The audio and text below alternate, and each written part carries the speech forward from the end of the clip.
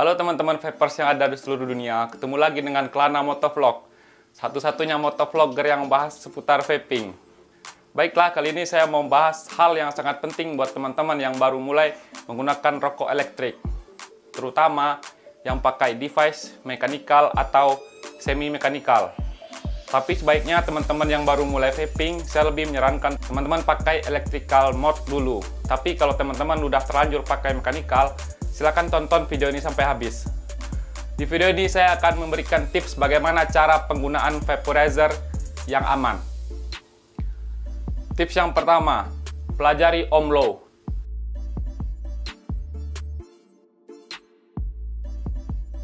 Apa itu ohm law? Bunyi hukum ohm adalah besar arus listrik yang mengalir melalui sebuah penghantar atau konduktor akan berbanding lurus dengan beda potensial atau tegangan yang diterapkan kepadanya dan berbanding terbalik dengan hambatannya. Ohm law adalah hukum dasar yang menyatakan hubungan antara arus listrik, tegangan, dan hambatan. Persamaannya seperti ini.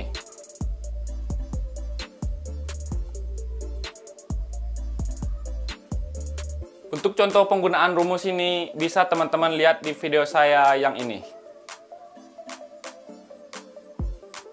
Tips yang kedua, pemilihan baterai.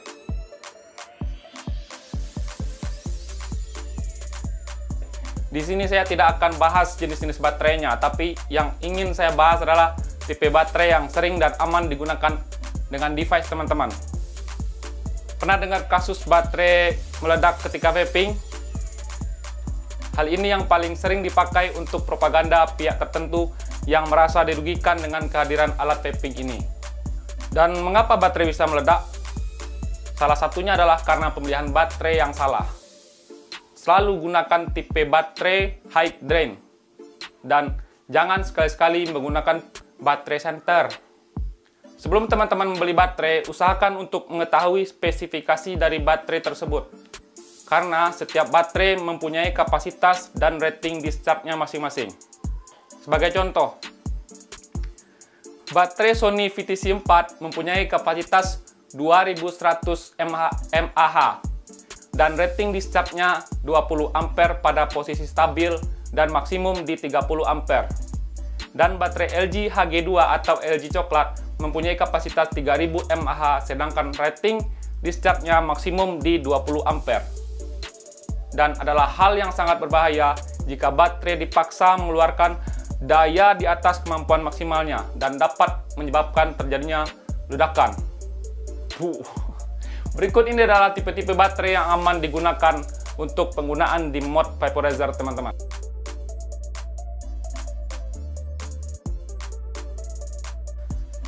Konfigurasi baterai seri dan paralel.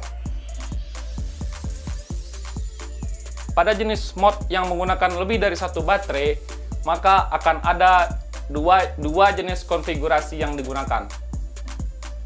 Yang pertama, konfigurasi seri, yaitu kutub positif baterai pertama terhubung dengan kutub negatif baterai kedua, sehingga akan menghasilkan tegangan 2 kali dari tegangan masing-masing baterai, yaitu 4,2 volt dikali 2 jadi 8,4 volt.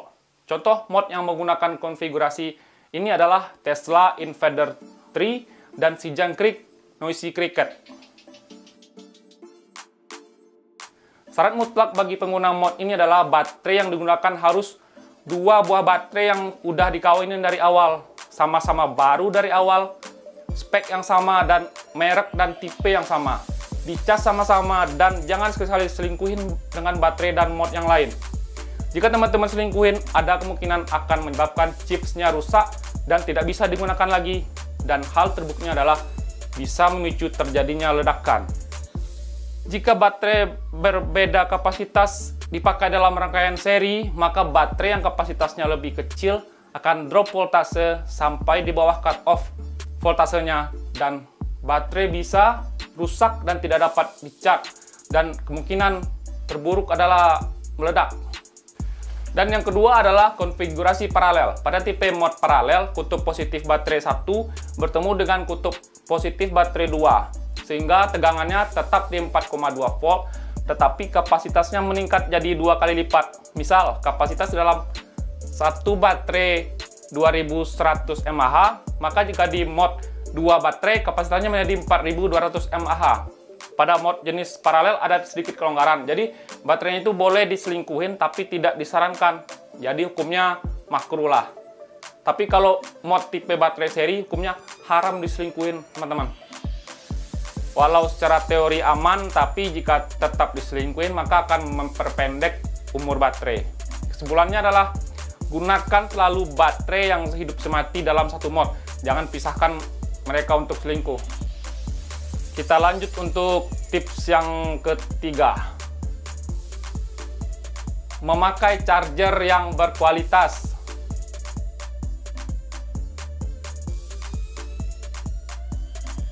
Syarat-syarat charger yang bagus adalah mempunyai fitur constant current atau constant voltage. Jadi dia mengeluarkan tegangan variabel tapi dengan arus yang konstan. Misal 0,5 atau 1 ampere. Lalu setelah tegangan di dalam baterai sampai 4,2 volt, chargernya menstabilkan tegangan agar tidak overcharging.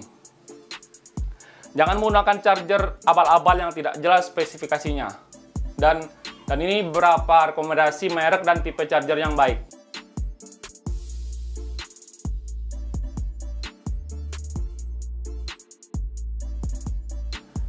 Tips yang keempat. Belajar buat koil yang aman dan jangan melebihi batas kemampuan baterai.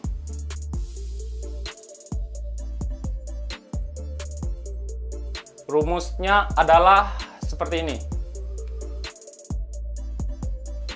Contoh, menggunakan mod Tesla di level 5, yaitu di tegangan 6,6 volt atau 6,5 volt. Menggunakan baterai Sony VTC4 dengan batas arusnya di 30 ampere. Kita buat koil di 0,2 ohm. Bagi yang belum tahu bagaimana cara mengetahui hambatan koilnya, silahkan buka lagi video saya yang sebelumnya. Menggunakan aplikasi yang bernama VibeTool, maka arus yang dihasilkan jika kita main di level 5 mod Tesla inverter 3 adalah level 5 mod Tesla inverter 3 ada di tegangan 6,6 volt. Jadi besar arusnya adalah 6,6 dibagi 0,2, sehingga arusnya ada di 33 ampere. Artinya sekali firing daya baterai yang dibutuhkan adalah 33 ampere. Aman atau tidak, anak-anak? Jawabannya adalah tidak aman, karena melebihi batas kemampuan baterai Sony VTC4 yang ada di 30 ampere. Bagaimana jika teman-teman menggunakan mechanical mode dual series macam si Jangkrik? Nah, si Cricket bakal lebih besar lagi voltasenya, teman-teman. Anggap si Jangkrik full charge, maka tegangan yang dihasilkan adalah 8,4 volt. Menggunakan rumus yang tadi. Jadi 8,4 dibagi 0,2 sama dengan 42 ampere. Lebih bahaya lagi, teman-teman. Makanya mod dengan konfigurasi baterai seri seperti Tesla Inverter 3 dan Noisy Cricket tidak disarankan untuk orang-orang yang baru mulai vaping. Hanya diperuntukkan untuk yang sudah expert saja. Noisy Cricket disarankan build coil di atas 0,5 ohm atau menggunakan baterai dengan batas arus yang besar di atas 40 ampere. Nah, pembahasan itu tadi sangat jauh berbeda jika teman-teman menggunakan electrical mode yang rata-rata menggunakan single baterai ataupun menggunakan 2 baterai dengan konfigurasi baterai paralel dan sudah dilengkapi dengan chips pengaman yang otomatis tidak akan mau firing jika suatu kesalahan terjadi atau melewati batas sesuai dengan spesifikasi mode electrical tersebut. Dan electrical mode pada umumnya dilengkapi dengan layar LCD yang akan memberitahukan berbagai macam informasi di layarnya, seperti temperatur, power, hambatan koil, dan voltase, seperti EVIC V2 Mini, iStick Pico, Cuboid, dan lain-lain. Oke, demikianlah sedikit tips buat teman-teman yang menggunakan mod dengan konfigurasi paralel dan mechanical mode. Semoga video ini bermanfaat. Jika teman-teman suka dengan video ini, jangan sungkan-sungkan untuk menekan tombol like. Bagi teman-teman yang belum subscribe, silahkan subscribe karena subscribe gratis dan tidak bayar. Dan terakhir, jangan lupa untuk selalu menjadi pribadi yang bermanfaat. Ciao!